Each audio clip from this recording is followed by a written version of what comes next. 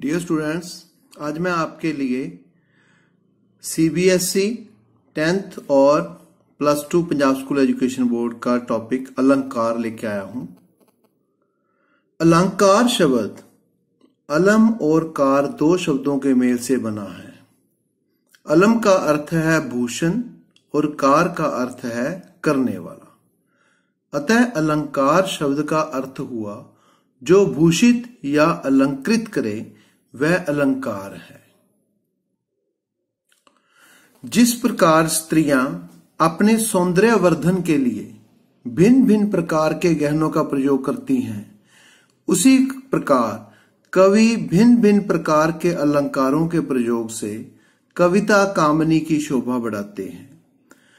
कंगन से हाथ की, कुंडल से कान की और हार से गले की शोभा बढ़ती है। उसी प्रकार अनुप्रास, यमक और उपमा आदि अलंकारों का प्रयोग कविता को आकर्षक और प्रभावशाली बना देता है।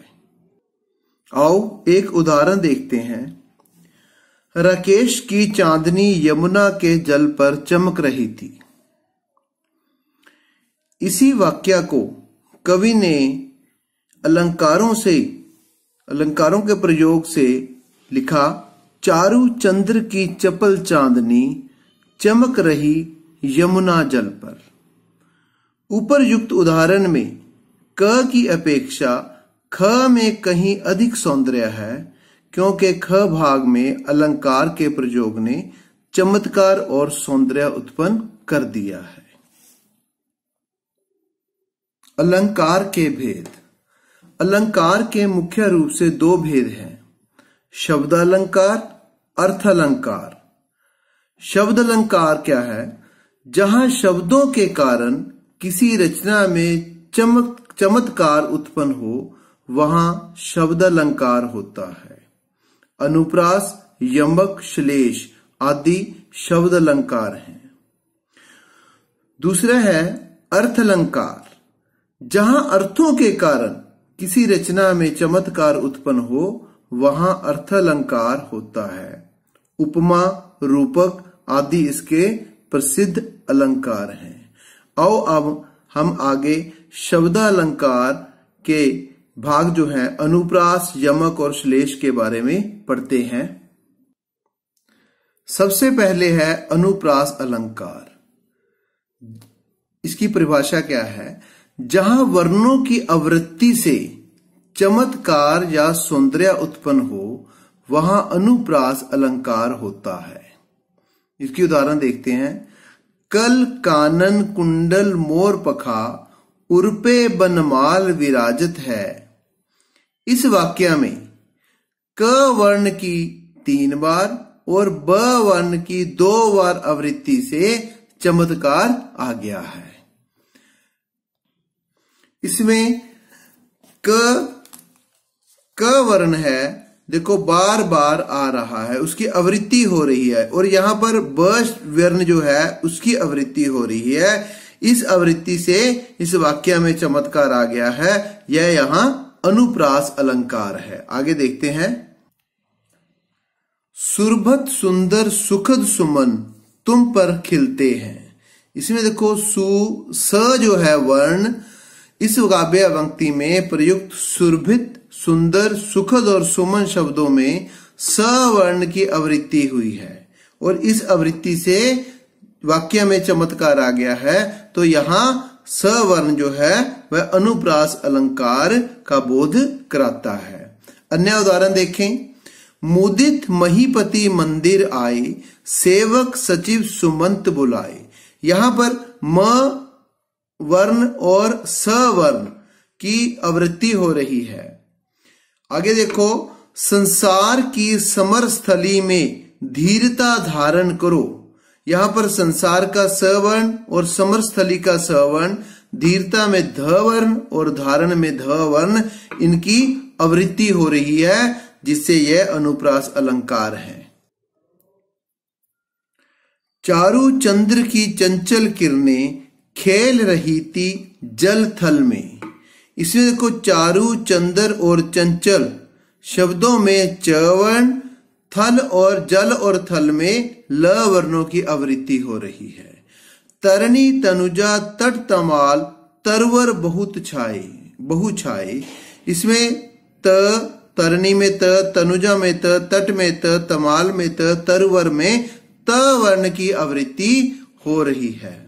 अगर अभी तक आपने मेरे चैनल को सब्सक्राइब नहीं किया तो कृपा करके इसे सब्सक्राइब करें, लाइक करें, शेयर करें। अब दूसरा यमक के बारे में पढ़ते हैं। दूसरा है यमक अलंकार। जब एक ही शब्द दो या दो से अधिक बार आए और उसका अर्थ हर बार भिन्न हो जाए तो वहां यमक अलंकार होता है। कह कवि बेनी, बेनी ब्याल की चुराई लीनी, रति रति शोभा सब रति के शरीर की। पहली पंक्ति में बेनी शब्द की आवृत्ति 2 बार हुई है। बेनी और बेनी, पहली बार बेनी कवि का नाम है और दूसरी बार प्रयुक्त बेनी का अर्थ चोटी है। इसी प्रकार दूसरी पंक्ति में रति शब्द का 3 बार प्रयोग हुआ है। पहली बार रति रति का अर्थ है रत्ती के समान, जरा जरा सी, बहुत थोड़ी, और दूसरे स्थान पर रति का अर्थ है कामदेव की सुंदर पत्नी रति। इस प्रकार बेनी और रति शब्दों की आवृत्ति से चमत्कार उत्पन्न किया गया है। यह यमक अलंकार है। कनक कनकते सोगुनी मादकता अधिकाए, या खाए बोराए जग बापाए बोराए। यहां कनक का अर्थ सोना और धतूरा है। यहां यह यमक अलंकार है। माला फेरत चुग भया, फिरा न मन का फेर, कर का मन का डार के, मन का फेर। यहां देखो, कर का हाथ वाला मन का अर्थात माला का दाना, और मन का जो हृदय का, तो यहां मन के का अर्थ अलग अलग है, इसलिए यह यमक अलंकार हुआ। आगे देखिए, तो पर 12 उर्वशी, सुनो राधिके सुजान, तू मोहन के उर्वशी है उर्वशी समान। देखो, इसमें यहां उर्वशी का प्रयोग 3 बार हुआ है। पहले, जा तुम पर 12 उर्वशी सुनो राधिका सुजान, राधिका से कृष्ण कहते हैं कि तुम पर उर्वशी नामक अप्सरा को मैं बार देता हूं। तो यहां उर्वशी का मतलब अर्थ है उर्वशी नामक अप्सरा। दूसरी, तू मोहन के उर्वशी, तू मोहन के उर में बसी हुई है, और यहां है उर्वशी समान। यहां उर्वशी का अर्थ है गले में पहने जाने वाला आभूषण। अगर आपको ये वीडियो अच्छी लग रही है तो कृपा करके इसे लाइक, शेयर और सब्सक्राइब जरूर करें। तीसरे अलंकार हैं श्लेष अलंकार। जहां एक ही शब्द के एक से अधिक अर्थ निकले वहां श्लेष अलंकार होता है। रहमन पानी राखिए, बिन पानी सब सून, पानी गए न उबरे, मोती मानुष चून।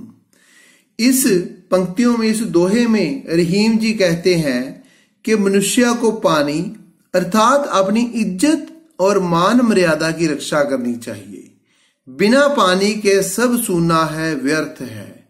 पानी के चले जाने से मोती का, मनुष्य का और चूने का कोई महत्व नहीं है। यहां पानी के 3 अर्थ बताए गए हैं। पहला अर्थ जो है, मोती के पक्ष में पानी का अर्थ है उसकी चमक। दूसरा, मनुष्य के पक्ष में पानी का अर्थ है उसकी इज्जत या मान मर्यादा।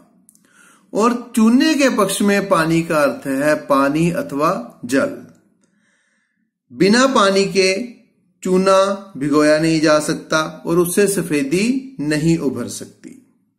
यहां पानी शब्द के एक से अधिक अर्थ निकलते हैं, अतः यह श्लेष अलंकार है। आगे देखते हैं। जो रहीम गति दीप की, कुल कपूत गति तोए, बारे उजियारो करे बड़े अंधेरो होए। इसमें दीपक की और कपूत की एक सी गति होती है। दीपक और कपूत के बारे में बताया गया है कि दोनों की गति एक सी होती है। दीपक के जलने पर प्रकाश होता है और उसके बुझने पर अंधेरा हो जाता है। इसी प्रकार कपूत बचपन में कुल को उज्जवल करता है, परंतु बड़ा होने पर अंधेरा करता है और कुल को बदनाम करता है। तो यहां पर भी श्लेष अलंकार हुआ। मंगन को देख पट देत बार बार है। इस काव्य पंक्ति में पट के दो अर्थ हैं, वस्त्र और किवाड़। पहला अर्थ है वह व्यक्ति किसी याचक को देखकर उसे बार बार वस्त्र देता है, और दूसरा अर्थ है वह व्यक्ति याचक को देखते ही दरवाजा बंद कर लेता है। अतएव यहां श्लेष अलंकार का सौंदर्य है। आओ अब अगला अलंकार पढ़ें। अर्थ अलंकार का रूप, उपमा अलंकार और रूपक अलंकार के बारे में पढ़ते हैं। उपमा अलंकार अत्यंत सादृश्य मीन्स मिलता जुलतापन के कारण सर्वथा भिन्न होते हुए भी जहां एक वस्तु या प्राणी की तुलना दूसरी प्रसिद्ध वस्तु या प्राणी से की जाती है, वहां उपमा अलंकार होता है। नीलिमा चंद्रमा जैसी सुंदर है। इस पंक्ति में नीलिमा और चंद्रमा दोनों सुंदर होने के कारण दोनों में सादृश्यता अर्थात मिलता जुलतापन स्थापित किया गया है। उपमा के 4 अंग होते हैं। उपमेय, जिसको उपमा दी गई हो या जिसका वर्णन किया गया हो उसे उपमेय कहते हैं। चांद सा सुंदर मुख, इस उदाहरण में मुख उपमेय है। उपमान, वह प्रसिद्ध वस्तु या प्राणी जिससे उपमेय की तुलना की जाए उसे उपमान कहते हैं। ऊपर के उदाहरण में मुख की तुलना चांद से की गई है, तो चांद उपमान है। तीसरा है साधारण धर्म। उपमेय और उपमान के समान गुण या विशेषता व्यक्त करने वाले शब्द साधारण धर्म कहलाते हैं। इस उदाहरण में सुंदर साधारण धर्म को बता रहा है। और चौथा भाग है वाचक शब्द, जिन शब्दों से उपमा अलंकार की पहचान होती है। सा, सी, तुल्य, सम, जैसा, ज्यों, सरिस, के समान आदि शब्द वाचक शब्द कहलाते हैं। एक उदाहरण देखें। हाय फूल सी कोमल बच्ची हुई राख की डेरी। यहां फूल क्या है? उपमेय है। उसकी तुलना किससे की गई है? बच्ची से। बच्ची उपमान है। और कोमल क्या है? यहां साधारण धर्म है और से वाचक शब्द है। जिन बच्चों ने अभी तक मेरे चैनल को सब्सक्राइब नहीं किया है वो कृपा करके इस चैनल को सब्सक्राइब करें। एक और उदाहरण देखिए। पीपर पात सरिस मन डोला। पीपल के पत्ते के समान मन डोल उठा। तो मन क्या है? उपमेय। किसके समान? पीपर पात के समान। तो मन उपमेय हो गया, पीपर पात उपमान हो गया। और सरिस क्या हुआ? वाचक शब्द। डोला साधारण धर्म हो गया। यहां उपमा जो है यह 2 प्रकार के होते हैं, पूर्णोपमा और लुप्तोपमा। जिस उपमा में चारों अंग अर्थात उपमेय, उपमान, वाचक शब्द और साधारण धर्म होते हैं उन्हें पूर्णोपमा अलंकार कहते हैं। जिस उपमा में किसी एक या अधिक अंग के लुप्त होने से वो लुप्तोपमा अलंकार होता है। अर्थ अलंकार का दूसरा भाग जो है रूपक अलंकार। जब गुण की अत्यंत समानता के कारण उपमेय को ही उपमान बता दिया जाए, यानी उपमेय और उपमान में अभिन्नता दर्शाई जाए, तब वह रूपक अलंकार कहलाता है। इसकी उदाहरण देखते हैं। पायो जी मैंने राम रतन धन पायो। इस उदाहरण में राम रतन को ही धन बता दिया गया है, तो राम रतन उपमेय पर धन उपमान का आरोप है एवं दोनों में अभिन्नता भी है, तब वहां रूपम अलंकार होता है। उदित उदयगिरी मंच पर रघुवर बाल पतंग, विकसे संत सरोज सब हर्षे लोचन भृंग। इस प्रस्तुत दोहे में उदयगिरी पर मंच का, रघुवर पर बाल पतंग का अर्थात सूर्य का, संतों पर सरोज का और लोचनों पर भृंगों अथवा भोरों का आरोप होने से रूपक अलंकार है। अंबर पनघट में डुबो रही, तारा घट उषा नागरी। जयशंकर प्रसाद की पंक्तियां हैं। यहां अंबर में पनघट, तारा में घट अर्थात घड़ा और उषा में नागरी अर्थात सुंदर स्त्री का आरोप किया गया है, अतः यहां रूपक अलंकार है। अगर आपको यह वीडियो अच्छी लगी तो कृपया करके इसे लाइक, शेयर और मेरे चैनल को सब्सक्राइब जरूर करें। धन्यवाद।